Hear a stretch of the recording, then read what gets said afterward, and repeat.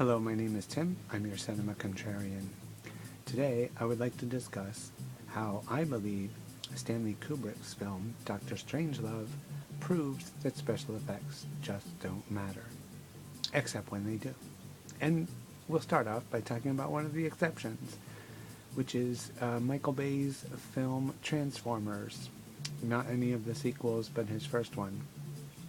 It's a film I've seen 2 times, and I couldn't tell you what it's about. And the reason I can't tell you what it's about is I'm not sure it's about anything.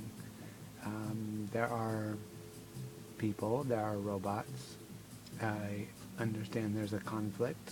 Again, I saw this movie 2 times. I found it mildly enjoyable, but obviously it was forgettable, since I can't remember what it's about. But that's beside the point. Supposedly that's the good one. I haven't seen any of the sequels, so I don't know if they're any better. I've heard they're not. But after the first one and seeing it twice, I'm not interested in seeing any more. But that film, seems to me, its success rides heavily on its effects, action sequences, photographing Megan Fox in what I would call not the best way. Anyway, so Transformers' success owes its existence to the special effects in the film, which, while I would say they are good special effects, they also were not my flavor that I like. I didn't really understand the physics of the robots. They seem to be held together by CG glue, I guess. But it was very spectacular, and I think the spectacle is the main meat of the film. So we'll compare that to another film, let's say Star Wars Episode 4, A New Hope, that came out in 1977. Now this film also has a lot of special effects that were groundbreaking in its day, but I don't think that film rests on its special effects at all. It seems to me it rests on story and character, much more than the effects. The effects are like icing. They just help tell the story. It is not the foundation upon which your enjoyment is built. Now, this all slowly is leading towards our point today. I will get to Kubrick's Dr. Strangelove shortly. But I'd like to discuss another film along the way, which is Casablanca from, I believe it's 1941. Humphrey Bogart, Peter Lorre, Claude Rains.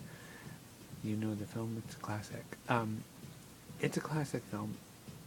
Probably one of the best Hollywood films ever made, and it has one of the worst special effects I've ever seen in my life. There's a special effect early on in the film where there's a plane flying overhead. It's a miniature, somewhat passable, not a big deal.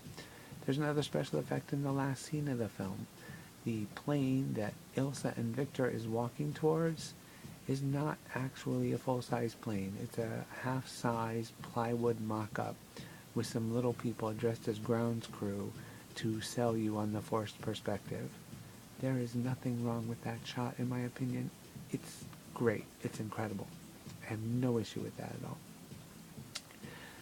The shot I have an issue with is when Major Strasser arrives in an airplane at the airport. He's there to investigate the murder of two couriers.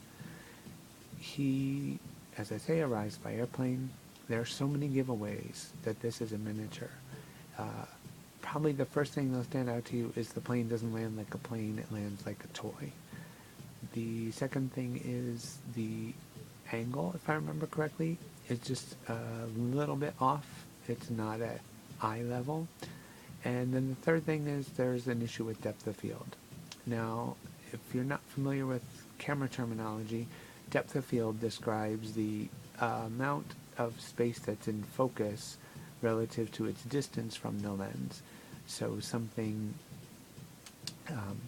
in shooting a miniature, the depth of field is a very small amount of space. Whereas when you're shooting something that's full size, you get a much larger depth of field.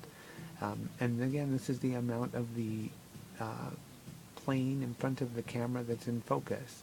Now when you shoot miniatures, you have a very short depth of field. It has to do with lenses and the physics of light, etc. But it's a giveaway to our eyes and our minds that what we're seeing is a miniature. Now again, we'll compare this to Star Wars Episode 4, A New Hope, the shot when the Star Destroyer is flying overhead in the beginning of the film. That model is, unless I'm misremembering, less than 2 feet long. Yet it looks longer than a football field. The way they achieved this is by increasing the depth of field. They created a tiny, tiny aperture. As they were shooting, they shot very slowly with lots of light, and this gives the illusion that the whole thing's in focus, which, if you were standing underneath it, shooting a movie of it, all of it should be in focus, as it was in the film. When they were shooting these model shots in Casablanca, they did not go to these lengths, hence it has a short depth of field, and it's a definite giveaway that what you're looking at is a model. Now, this model shot, as I say, is terrible. And the very first time I saw that, I thought, like, I can't believe that this classic film has what's clearly a model shot in it, and not even a good model shot. It's like, it's so obviously a model shot. And it made me, like, for years, it made me think about, like, you know, number one, why does that bother me? And number two, should it bother me? You know, like, does it matter? Because ultimately, even though the shot looks fake, and that, as a modern viewer, kind of maybe takes you out of the experience a little bit, the movie's still telling the story. It's still telling you that there's a plane landing, someone's arriving, and then seconds later we discover it's Major Strasha, who's come to investigate these murders. So, I've concluded, after a long time, that that shot does not bother me the way it did. I still find it a little bit odd, and I don't know if Michael Curtis, the director, had the shot done that way because it's what he could afford.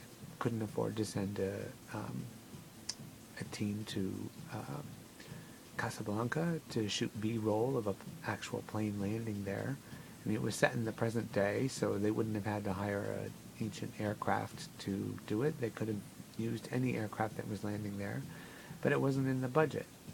So they had this special effect done. The special effect tells the story, and it tells it perfectly fine. Again, it's a little bit jarring to maybe our modern eyes, but it still gets the point across.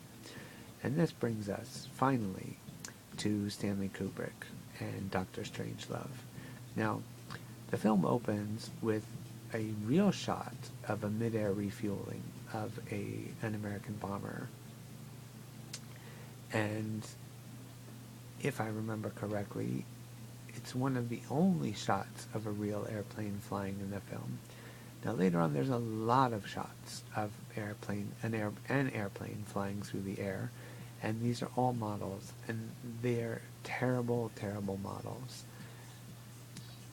I don't like the way they're framed in the shot. I don't like the way that they're lit. I don't like the way that they're composited on their background. To me, there's nothing about these shots that sell you. Now, the film, like Casablanca, is shot in black and white, so there wasn't even a problem of color matching. You have a little problem of grain matching when you're trying to match the green of the model to the grain of the plate of the moving background. But as I recall, those were not issues with this shot. The main issue was, again, depth of field. The wings of the plane are not as sharp as they should be if it was a photograph of a real plane. The movement of the plane, again, is a giveaway. It doesn't move in physical space the way a real plane does. And the other thing is, I'm going a little bit on memory here, but the shake of the plane does not seem to sync with the shake of the background when one or the other element is shaking. This is another telltale sign of when things have been composited, when there's camera shake on one but not on the other, or there's camera shake on the other and not on the one. And I think the shot suffers, or these shots, because there's many of them, suffer from this as well. Now, despite knowing and being able to tell that this is a model shot, does this really ruin the film? I mean, Dr. Strangelove is still one of the greatest films ever made, just like Casablanca. Do these model shots ruin the film? Of course they don't. The film is still telling its story. I'm a little surprised with Stanley Kubrick and what a perfectionist he was and how meticulous he was that he left these obvious model shots in. But the fact is he did leave them in, and there's still nothing wrong with the film at the end of the day. It's still amazing. You know, the gentlemen, you can't fight in here, this is the war room. There's a gazillion lines like that in the film. The acting is wonderful, the writing is perfect, the framing of almost every other shot is what you would expect from Kubrick, you know, beyond perfect, just meticulously beautiful. So you have these model shots, but they do tell the story that they're supposed to tell, that this plane is flying through the air, getting ready to go deliver its payload. Before we leave the film, though, there is one other shot at the very end of the film. It's a composite shot of Sam Peckinpah riding a missile to detonate a nuclear bomb inside Russia. It's another special effects shot that's not working. In some ways, it's even more jarring and unbelievable than the model shot of the airplane. On the other hand, given the technology of the day, given the budget, I almost give it more of a pass than I do the model shot. Your mileage may vary. But I hope you've enjoyed this discussion, me trying to prove that special effects don't matter, that you can still make one of the most amazing, or two of the most amazing films ever made with special effects that are utter crap. And just something to think about as you watch movies and talk about the special effects. You know, do they really matter? I think a lot of times they don't, unless it's a movie like Transformers, where clearly they do. Have a good one. Take care. Bye.